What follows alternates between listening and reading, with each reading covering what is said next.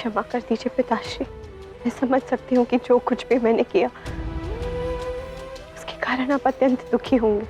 क्यों किया तुमने ऐसा पुत्री? क्या कारण था श्रीनिवास के साथ जाने का? मैं केवल अपनी भार्गवी से प्रेम करता हूँ और इसलिए ना मैं तुम्हारा प्रेम स्वीकार कर सकता हूँ, ना ही तुमसे विवाह कर सकता हूँ पद्मावती। उत्तर में बस इतना कहूंगी कि भूल हो गई मुझसे, किंतु जैसे मुझे अपनी भूल का आभास हुआ मैंने यहाँ पुनः लौटने का निर्णय ले लिया पिताश्री।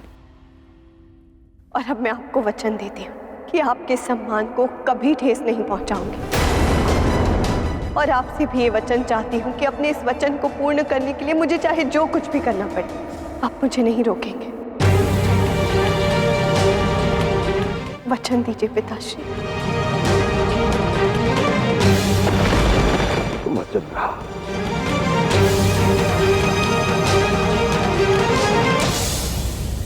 किंतु पद्मावती, श्रीनिवास को उसके किए का दंड मैं अवश्य दूंगा।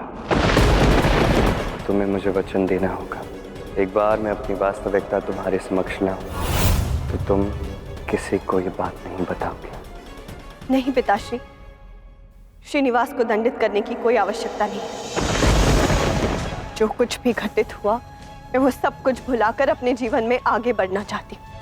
और इसीलिए मेरी विनती है आपसे पिताश्री कि स्वयंवर में जो कोई भी राजकुमार आए थे उन सबको आप पुनः एक बार बुलाइए। मैं उन सबसे स्वयं क्षमा मांगूंगी और उनमें से जो कोई भी मुझसे विवाह करने को सज्ज होगा मैं उसी से विवाह करूंगी। ठीक है, मैं उनसे बात करता हूं। महादेव की कृपा से तुम्हारा और वासु का आज रात्रि में ही विवाह हो जाएगा। वासु का विवाह आज रात्रि? हाँ पुत्री, वासु और भार्गवी का विवाह।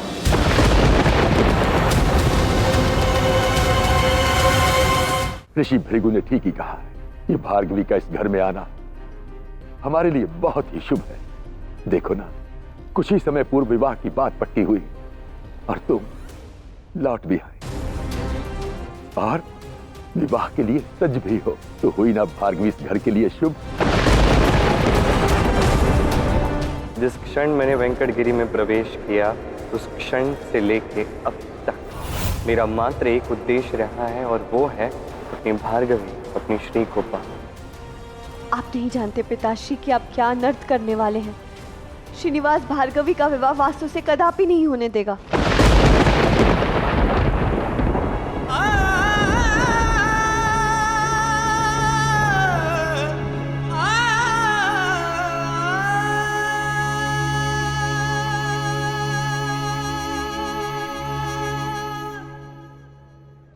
वेंकटगिरी, बड़ी आशा के साथ यहाँ पे आया था मैं गोविंदराज। सोचा था यहाँ पे वो सब कुछ पा लूंगा जो पाना चाहता हूँ। प्रेम पा लूंगा, वो प्रेम जो मेरे अधूरे जीवन को पूर्ण करेगा। कुछ पा तो नहीं सका, हाँ यदि कुछ दे पाया हूँ तो मात्र निराशा दे पाया हूँ।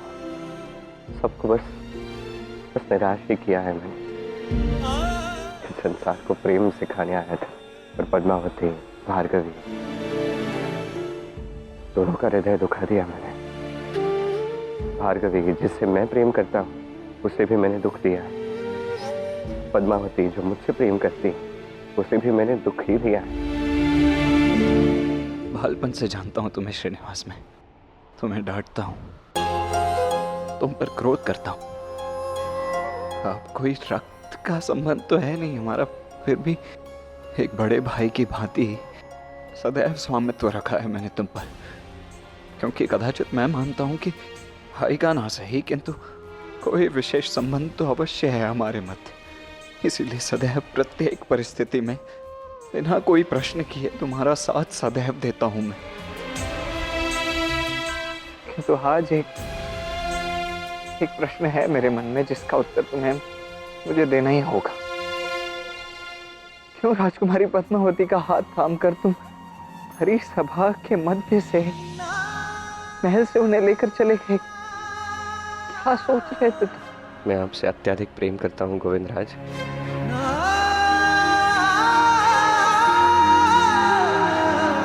आपको बताना तो चाहता हूँ, पर बेहोश होकर बता नहीं पाता। कई सारी ऐसी बातें हैं जो मैं आपको बताना चाहता हूँ, भार्गवी को बताना चाहता हूँ, पर सत्य ये है कि वो सभी बातें बताने का उचित समय ही नहीं आया है। तो तुम्हें भार्गवी के हृदय को इतना अधिक आहत, इतना दुख पहुंचा के उससे अच्छा नहीं किया श्री। तुमने एक बार के लिए भी नहीं सोचा कि भार्गवी अपनी प्रेमिका के सामने तुम किसी और का हाथ थाम कर जब निकल जाओगे तो उसके हृदय पर क्या बीतेगी? तुम तो वहां राजकुमारी के साथ निकल गए थे वहां से, किंतु उसके पश्चात भार्गवी के नेत्रों में मैंने वो पीड़ा देखी है श्री।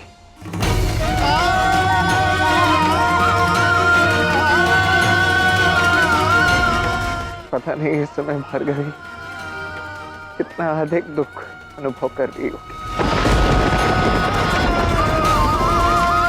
यदि अब भी तुम्हें लगता है कि मुझे कुछ भी सच बताने का उचित समय अभी भी नहीं आया है तो ठीक है, किंतु इतना ध्यान रहे कि अब इसके आगे यदि भार्गवी के साथ कुछ भी अनुचित हुआ ना तो मैं उसका साथ अवश्य दूंगा, और ऐसा करने से स्वयं तुम भी मुझे नहीं रोक पाओगे।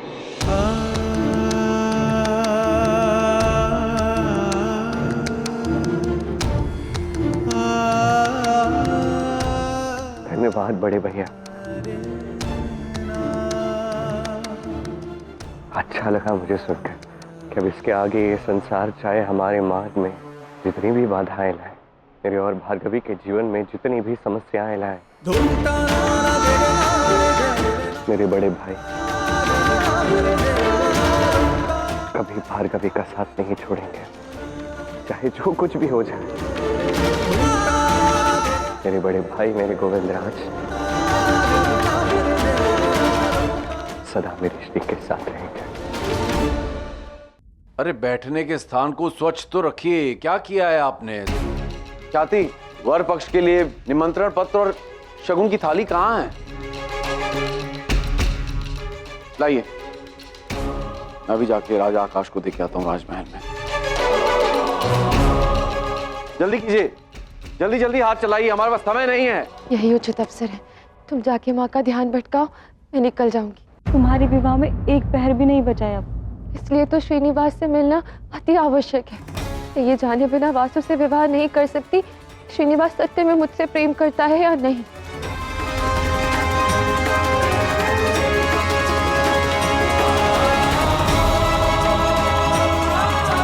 काकी, हमारे साथ अंदर चल के सभी प्रबंध देख लो, कहीं कुछ छूट ना जाए। ठीक है, चल।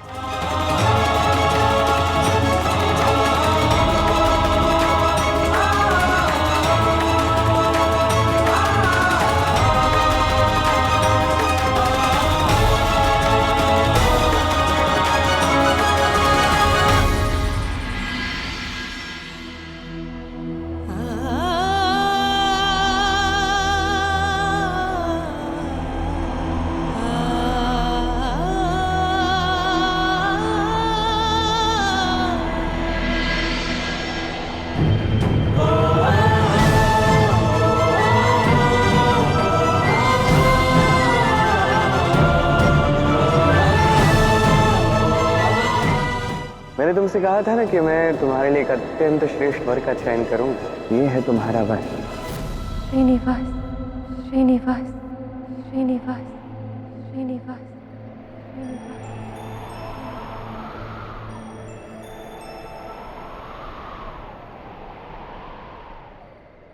मुझे ज्ञात है कि मेरा प्रेम तुम्हारे प्रति सच्चा है, अटूट है, ऐसा प्रेम जो मैंने कभी किसी से नहीं किया और ना ही कर पाऊंगी। इसलिए आज मैं जानना चाहती हूँ श्रीनिवास, तुम्हारा प्रेम भी मेरे प्रति सच्चा है या नहीं?